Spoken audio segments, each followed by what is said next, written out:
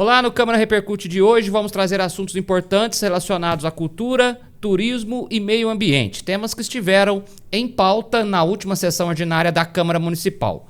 Tudo isso e muito mais você confere em instantes.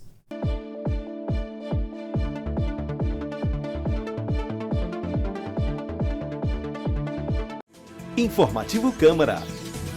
A Câmara de Franca apoia as campanhas de prevenção e alerta sobre a importância dos cuidados com a saúde. Faça sua parte e colabore no combate à dengue. Não deixe água parada. Faça limpeza periódica em casa. Fique atento aos sintomas. Fique por dentro do que acontece no Legislativo e siga nossas redes sociais. Justiça Eleitoral apresenta V de Verdade. Em terra de fatos, fake não tem vez. Um dos grandes momentos da democracia acontece quando as pessoas escolhem livremente seus representantes por meio do voto. E para ser realmente livre, essa escolha tem que se basear em informações verdadeiras. Por isso é tão importante que todo mundo conheça as diferenças entre os fatos e as fake news. Mas isso não é tão simples. 5 fatores tornam mais difícil separar o que é fato do que é fake. Os 5 Vs da desinformação são os seguintes: volume de informação, variedade de temas, velocidade de propagação, viralidade dos conteúdos e verossimilhança. Ou seja, o quanto determinada informação parece ser verdadeira. Nos próximos vídeos, vamos falar de cada um desses Vs. Fiquem ligados e não se esqueçam, a letra mais importante para a democracia é o V de Verdade. Justiça Eleitoral, a justiça da democracia.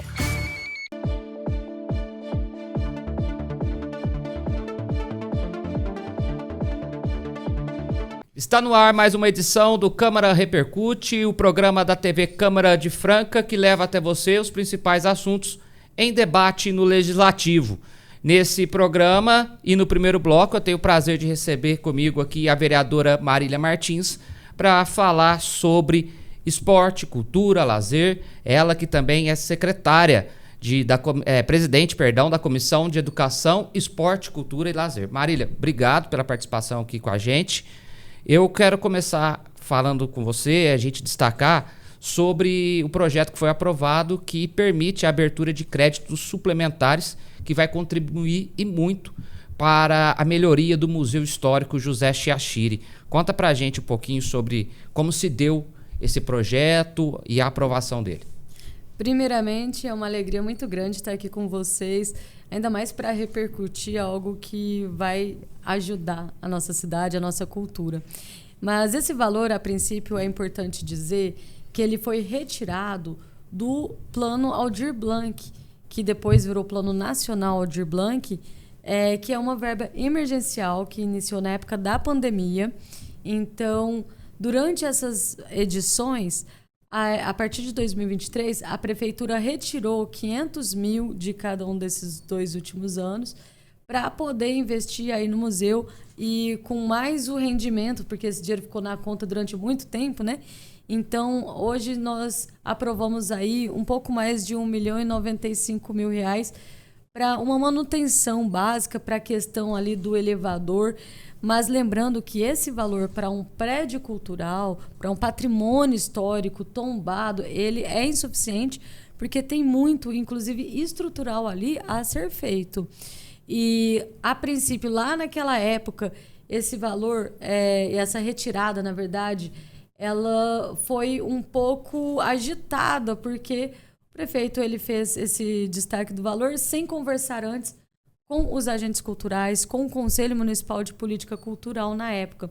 E aí eu venho acompanhando, né, nesses últimos anos, essas movimentações, até que esse ano, em algumas reuniões ali do Conselho, a gente participa também dessas reuniões para acompanhar, a gente viu que já estava pacificado, todos entenderam a necessidade também de realmente conduzir esse valor para o museu, para a gente prevenir que ele desabe, que é o que aconteceu com muitos patrimônios históricos que ficaram sem entrar no orçamento, sem investimento. E aí a Prefeitura, como não fez essa provisão antes, né, para esse valor do próprio recurso, o PENAB veio aí e agora vai dar essa força para o nosso museu.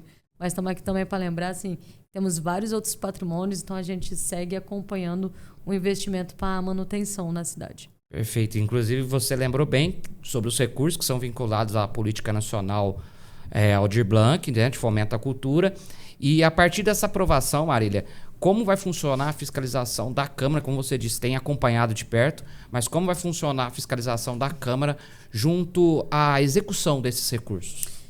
Pois bem, na última reunião com o Conselho Municipal de Política Cultural, onde estavam também representantes da Secretaria de Esporte e Cultura, foi aceito, foi firmado ali um acordo de fazer uma comissão mista para o acompanhamento das obras. Então, nós teremos o GT de Patrimônio Cultural da cidade, o Conselho diretamente envolvido, o CONDEFA, inclusive vamos falar depois, né? Estamos aí na alteração da lei do CONDEFA, que é o conselho que cuida também do patrimônio, além de outras entidades. E a gente aqui do Poder Legislativo, eu como presidente dessa comissão, vou inspecionar e estar ali de perto mesmo para conhecer o projeto, para ver o investimento, para acompanhar a empresa, as condições de trabalho desses trabalhadores, a qualidade da obra, que aí é a parte também que nos compete e a gente está esperançoso aí de conseguir realmente ter essa melhoria. É claro que é muito cedo ainda, igual você disse, ainda é preciso analisar como vai ser distribuído todo esse recurso, mas existe uma preocupação que esse investimento federal possa ficar parado de repente, ou que sejam devolvidos, ou não tem essa preocupação? No momento não tem essa preocupação, porque é um dinheiro de uma campanha emergencial que, foi emergencial nos primeiros anos e depois virou um Plano Nacional Aldir Blanc. Então, para vários anos. Então, esse dinheiro está lá já há alguns anos e está na conta. Então, essa votação é para realmente que esse dinheiro já seja liberado. Já existe aí um processo de licitação em andamento. Então, agora é acompanhar mesmo e não vamos perder essa verba. Bom, Marília, a gente que acompanha, anda pela cidade, percebe, né, quando passa pelo museu. Eu até me recordo que quando houve aquele incidente trágico com o Museu Nacional, houve até uma tentativa de melhorias na parte estrutural do telhado, do museu, enfim. Mas depois, hoje, a gente que passa lá vê que está bastante debilitada a situação lá, muita falta de estrutura mesmo ali dentro do museu. A importância de criar, como você citou durante a sessão, um plano nacional de cultura, municipal de cultura, perdão, e também se esse dinheiro, essa verba que vai ser liberada, é suficiente para atender os patrimônios históricos da cidade, que são muitos, né? Tem muita coisa boa e que está um pouco deixada de lado aqui na cidade. Eu atuo no setor da cultura há um pouco mais de 20 anos. Ajudei a reativar o Conselho de Política Cultural lá em 2018. Inclusive, na época, eu era presidente da APD, Associação Paulo Duarte, que é de preservação ao patrimônio material e imaterial, cuja sede era ou deveria ser no museu. E a gente não conseguia registrar no cartório como sede, porque o museu, na época e até hoje, não tem, por exemplo, o alvará de bombeiros. Então, naquela época que, quando pegou fogo lá no Museu Nacional no Rio de Janeiro, que perdemos um acervo histórico assim, inimaginável, né? A gente, naquela época, naquela semana quase, que exclusivamente eles liberaram o dinheiro do telhado que a gente estava já pedindo há muitos anos. Então, esperou acontecer uma grande tragédia para o poder público se movimentar. E naquela época não existia e ainda não existe o Plano Municipal de Cultura, que a gente vem aí batendo nessa tecla desde 2015, 2016. Agora a gente já está fazendo 10 anos, já era para a gente, na verdade, estar renovando esse plano, enquanto a gente ainda está barrado, embora eu esteja em conversação direta com o Beto Saad, que é o secretário de Esporte e Cultura, e ele disse que está, sim, comprometido a chamar os agentes, fazer a conferência municipal, chamar ali os 7 setores culturais da cidade previsto no Conselho, para fazer esse mapeamento das demandas, dos grupos existentes, e a partir disso a gente ter um plano municipal. E esse plano municipal ele é importante porque ele dura por 10 anos. E aí a gente não fica refém, entra governo, sai governo. Atualmente a gente sempre tem que começar a conversa do zero. Consegue já ter, né, uma estrutura, né, um planejamento. Para poder executar aquilo que se faz necessário, né? Exatamente, porque só com um planejamento que a gente consegue prever orçamento, dinheiro para recuperar, para ajudar a cuidar dos patrimônios. Isso a gente fala há muito tempo. Teve o problema do Hotel Francano, que também a gente perdeu uma preciosidade. A gente falava do Champanhar começou a desabar, teve início de incêndio, foi interditado. A gente falava isso do Clube dos Bagres, o Clube dos Bagres desabou. Então é isso, o problema, principalmente aos patrimônios, é que é uma tragédia anunciada. E a gente quer isso, previsão e compromisso no nosso orçamento, bem como para todas as outras áreas, outros setores de cultura de Franca. Por isso, do plano municipal e da nossa insistência, a gente tem falado aí assim, o ano passado inteiro e esse ano intensificando, porque tem que sair. O assunto está muito bom, a gente vai continuar sim falando sobre essa questão, inclusive de patrimônio, a gente vai falar do Condefat no próximo bloco em instantes.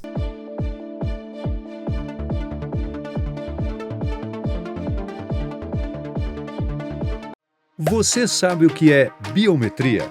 É uma tecnologia que reconhece pessoas a partir de traços únicos, como as linhas do rosto e a impressão digital. A biometria é uma forma segura de identificação. Por isso, desde 2008, a Justiça Eleitoral faz o cadastramento biométrico. E você, já fez? Hoje, mais de 100 milhões de eleitoras e eleitores podem usar as digitais para votar na urna eletrônica. E tem mais! Com a biometria registrada, sua foto aparece no e-título e você pode usar como documento oficial na hora do voto. O cadastro da biometria é gratuito e só pode ser feito presencialmente. Procure o cartório eleitoral ou acesse o site do Tribunal Regional Eleitoral de seu estado para fazer o agendamento. Biometria é mais proteção para você e para o seu voto. A Câmara de Franca apoia as campanhas de prevenção e alerta sobre a importância dos cuidados com a saúde. Fique ligado! Solidariedade também salva vidas. Doe sangue. Agende seu atendimento no Núcleo de Hemoterapia de Franca pelo telefone 16 3402 5000. Compartilhe vida.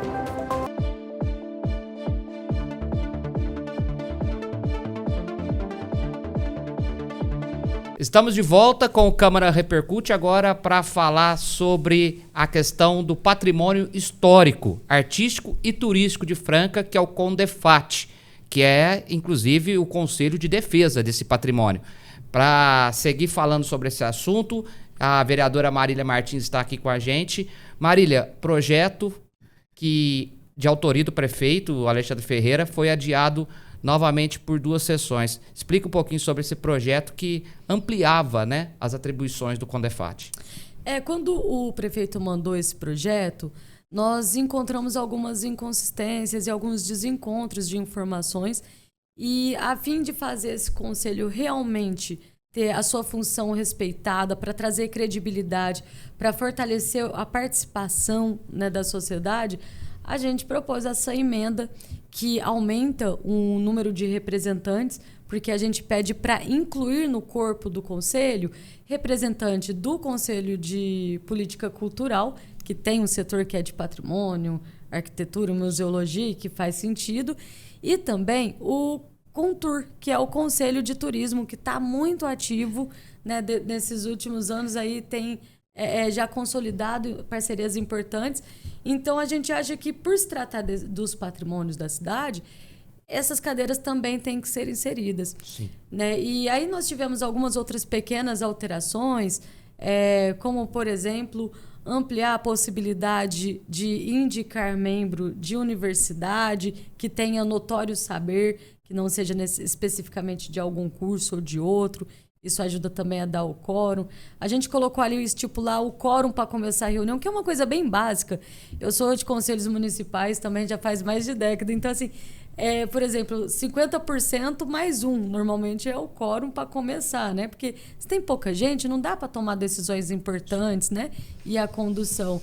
E para tombamentos, por exemplo, que aí é mais sério, exige laudos técnicos e todo um outro aparato, né, de informações, a gente também já mencionou ali para que tenha 2/3 dos votos para que se tombe ou não, ou que se retire um patrimônio de alguma situação, para também não ficar muito jogado e, enfim, poder uma pessoa só decidir os rumos, né, do patrimônio. Então, esses pequenos ajustes a gente colocou. Foi adiado porque teve aí uma questão de comunicação entre a prefeitura, representantes, né, do CONDEFA com os próprios vereadores aqui da base que acabaram não se sentindo seguros para aprovar. Então, nós vamos colocar de novo para seguir essa votação, agora que a gente já entendeu os pontos sensíveis e conseguiu resolver, né, a questão. E muito importante também mencionar que para colocar essa emenda e para poder passar essa lei de uma forma que seja produtiva e não só mais uma letra morta no papel, a gente se reuniu com representantes do CONDEFA, do Conselho Municipal de Cultura, do GT de Patrimônios de Franca, do IAB.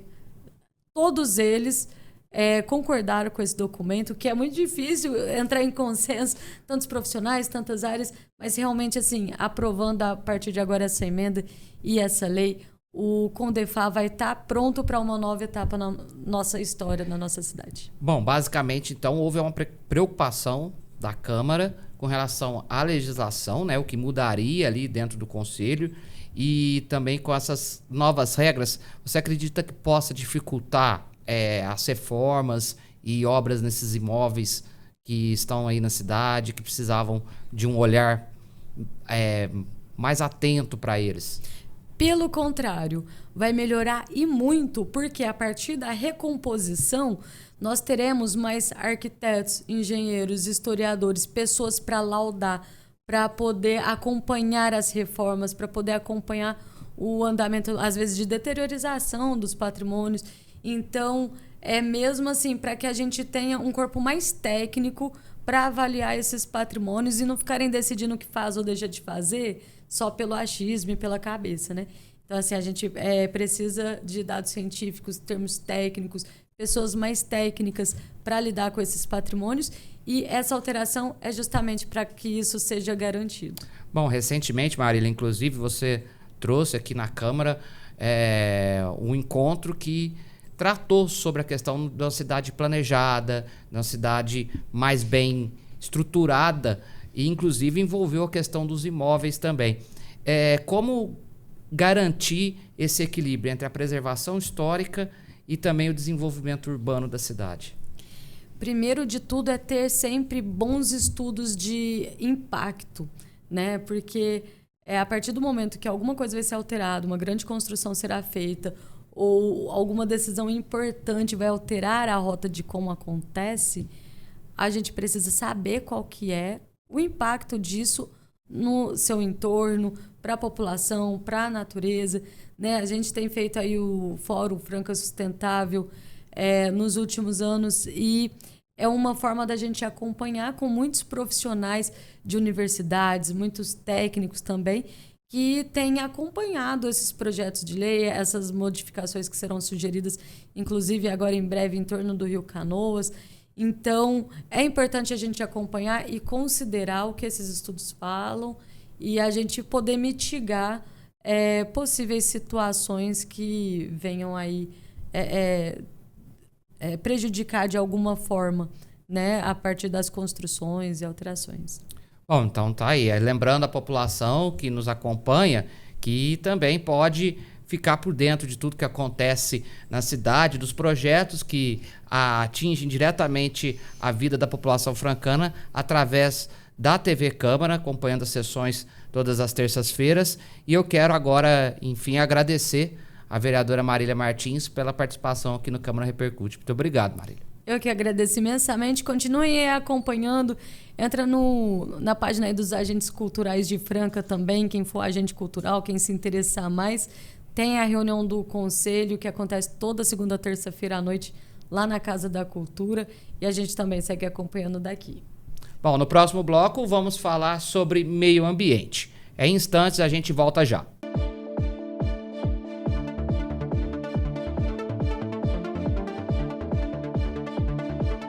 Informativo Câmara. A Câmara de Franca apoia as campanhas de prevenção e alerta sobre a importância dos cuidados com a saúde. Faça sua parte e colabore no combate à dengue. Não deixe água parada. Faça limpeza periódica em casa. Fique atento aos sintomas. Fique por dentro do que acontece no Legislativo e siga nossas redes sociais. Você sabe o que é biometria? É uma tecnologia que reconhece pessoas a partir de traços únicos, como as linhas do rosto e a impressão digital. A biometria é uma forma segura de identificação. Por isso, desde 2008, a Justiça Eleitoral faz o cadastramento biométrico. E você, já fez? Hoje, mais de 100 milhões de eleitoras e eleitores podem usar as digitais para votar na urna eletrônica. E tem mais!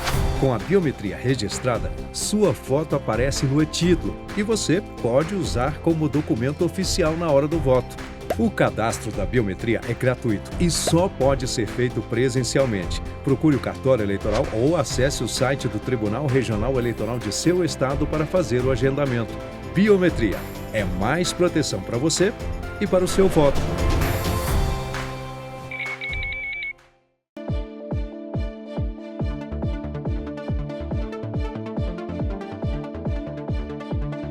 Estamos de volta com o Câmara Repercute. No terceiro e último bloco, nós vamos tratar de meio ambiente, pois a Câmara Municipal de Franca realiza no dia 17 de junho, às 2h da tarde, uma audiência pública para discutir projeto de lei complementar que trata da proteção e ocupação da macrozona do Rio Canoas. A proposta é de autoria do prefeito Alexandre Ferreira. Para falar sobre esse assunto, eu converso agora com o vereador Fransérgio Garcia, que também é presidente da Câmara Municipal.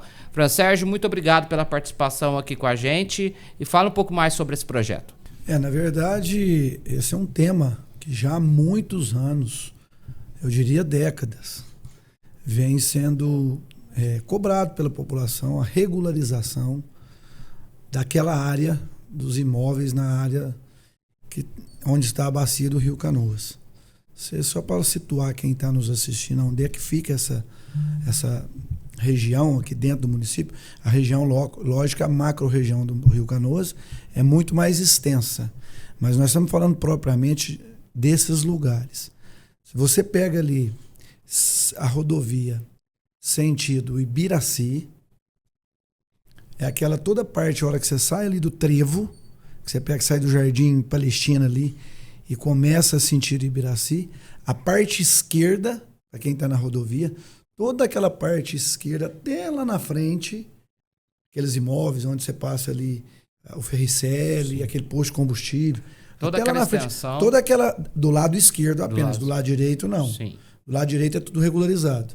Do lado esquerdo não, porque ali aqueles imóveis estão na bacia, estão situados ali sobre o Rio Canoas, sobre a bacia do Rio Canoas.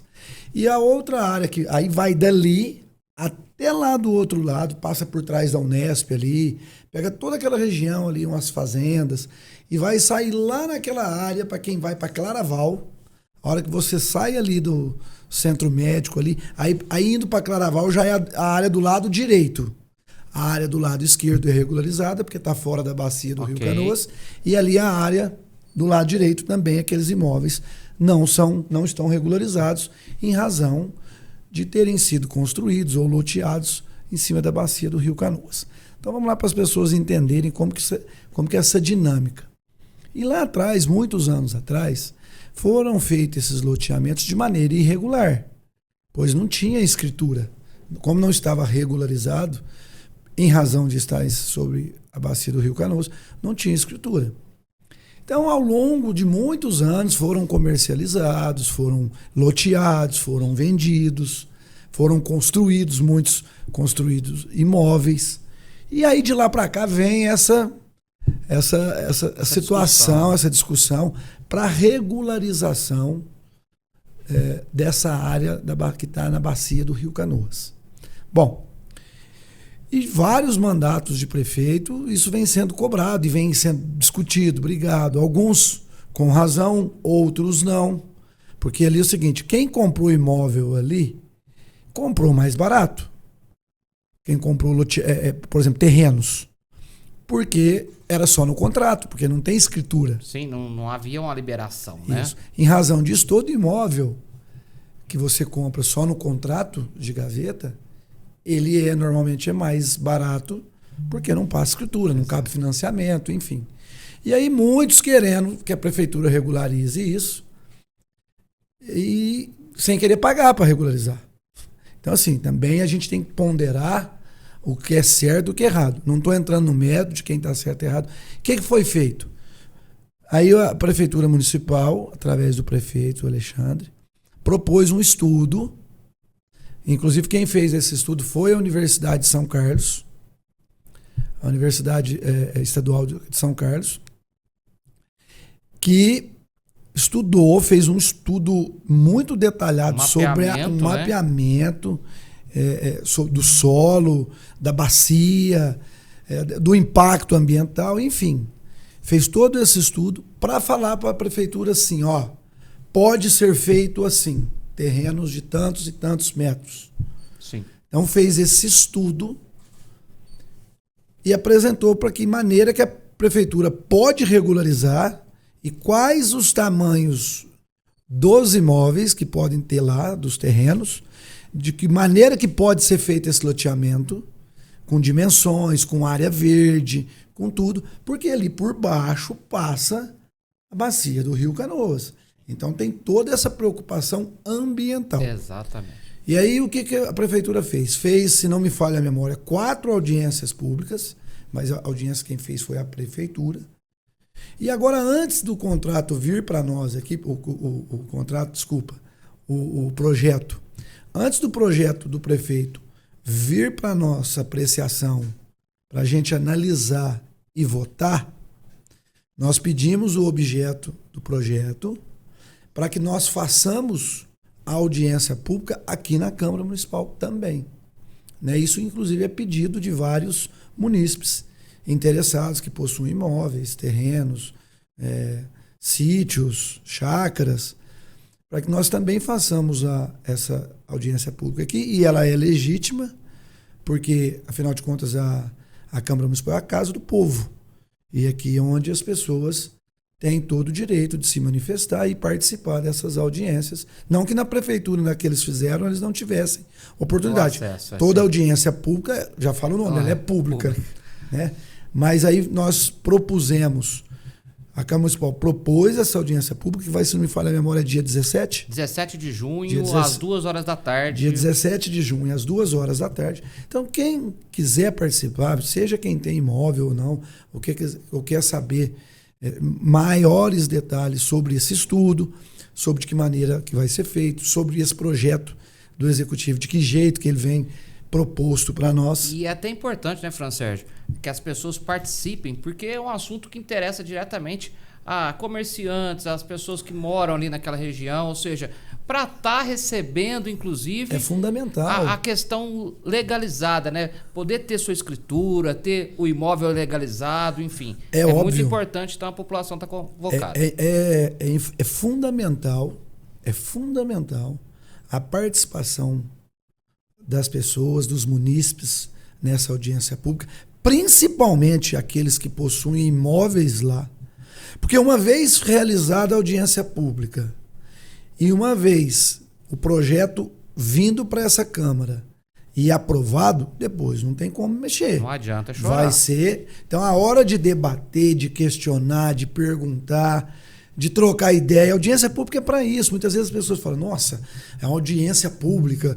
A audiência pública ela nada mais é do que debater com a sociedade civil, a sociedade em geral, temas relevantes que vão impactar na vida das pessoas. A audiência pública é para isso. Seja ela de saúde, de segurança pública, de esporte, de lazer, de cultura, de qualquer área, né, do município, a audiência pública ela tem esse propósito, debater com a população, com as autoridades, com os poderes, Sim. Poder legislativo, poder executivo, poder judiciário, sociedade civil, terceiro setor, empresários, enfim, é debater com toda a população temas que são relevantes e pertinentes e legítimos para a opinião pública.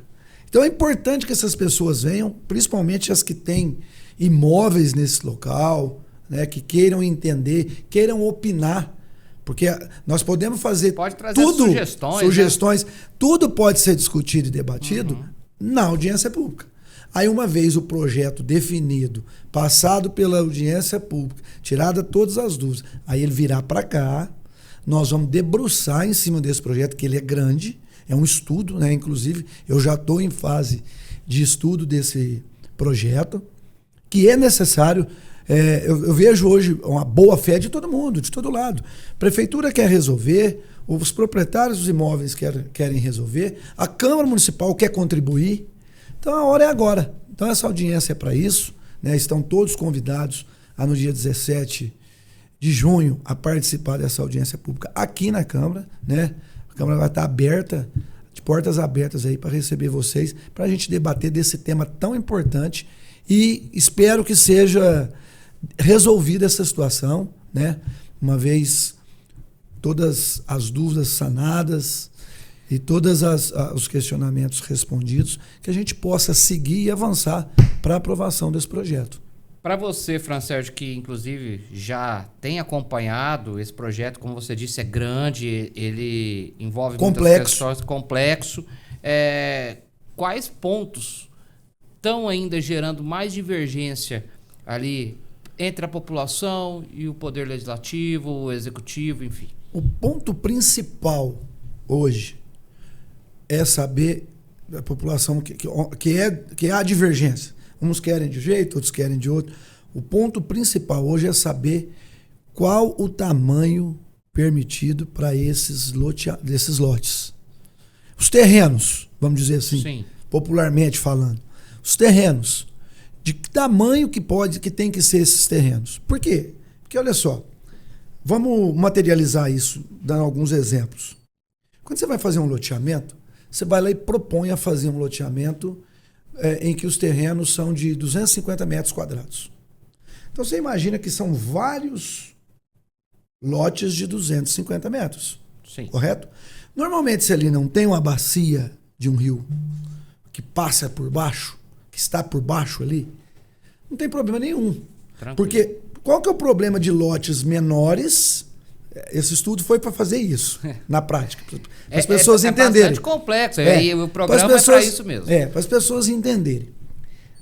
Por que faz esse estudo? De que tamanho que eu posso fazer os lotes? Porque quando a gente faz um lote de 250 metros, por exemplo, e outro de 250, e outro de 250, e vai fazendo vários lotes, você vai diminuindo a área permeável. Ou seja, a área verde, a área de escoamento, porque ali tem uma área permeável. Ali pode sofrer contaminação. Por exemplo, imagina que dentro de uma área que tem uma bacia de um rio, quanto mais casas tem ali, passa uma rede de esgoto, maior a contaminação. Então existe nesse estudo, esse estudo é para isso. É para falar assim, olha, de acordo com essa bacia desse rio, para que não haja um impacto ambiental de contaminação do rio, de erosão, de qualquer natureza desse sentido. Os lotes têm que ser no mínimo desse tamanho. Sim. Agora você entendeu? Então é para isso. O estudo é feito para mostrar, porque você concorda que quanto maior o terreno, imagina, um terreno de 500 metros, ali tem só uma família que mora. Se eu passo 2 de 250, eu tenho o dobro, teoricamente o dobro, dessa questão de impacto de esgoto, por exemplo. Sim. Entendeu? Então, quanto maior a população dentro de uma área, quanto mais lote tem, mais gente tem, maior o impacto sobre essa bacia. Então, o estudo é para isso. É para determinar de que maneira que pode ser feito essa divisão. Daí a importância, né, desse estudo para trazer para a população que é possível, né, equilibrar o crescimento urbano com a preservação ambiental. Esse é o ponto. Esse é o ponto. Desenvolvimento urbano é isso. É crescer com sustentabilidade. É assim, nós já temos um limite de município pequeno. Se você olhar a Cidade Franca, o município é pequeno. Que você vê, veja só, nós estamos muito próximo da divisa de Claraval, de Cristais Paulista, de Restinga, de Patrocínio Paulista, de Ribeirão Corrente. Olha para você ver como que nós estamos de... Tudo muito perto. Então a cidade não tem muito mais para onde crescer. E essa é uma área quase que dentro da cidade. Você imagina, você pega lá da saída para Claraval, até chegar, você atravessar toda essa área, até chegar lá na saída para Ibiraci. É uma área então muito extensa. É uma área muito extensa. Ali é um espaço que nós temos que desenvolver o município para esse lado e regularizar, sim. E esse questionamento das pessoas que têm imóveis lá é legítimo. Só que nós temos que fazer isso com estudo, com cautela, com debate, com audiência pública. Por isso que isso vem...